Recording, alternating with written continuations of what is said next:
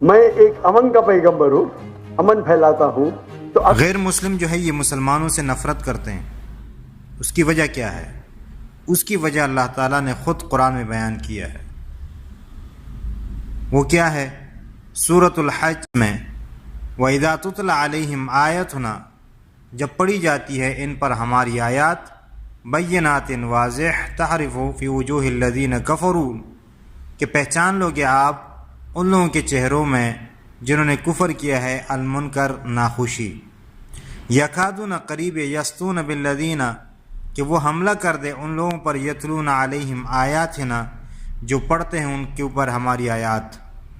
قل، فرما دیجیے، فَأُنَبِّئُكُم بِشَرٍّ مِّن ذَلِكُمْ، کیا میں تمہیں اس سے بدتر کے بارے میں نہ بتلاؤں، خبر نہ دوں؟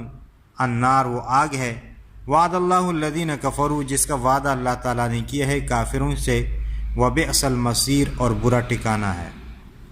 تو یہ آیت میں اس کا جواب موجود ہے۔ اگر آپ بھی مسلمانوں سے نفرت کرتے ہیں تو اس چیز سے باز آ جائے، ورنہ آپ کے لیے بھی یہ اعلان ہو سکتا ہے۔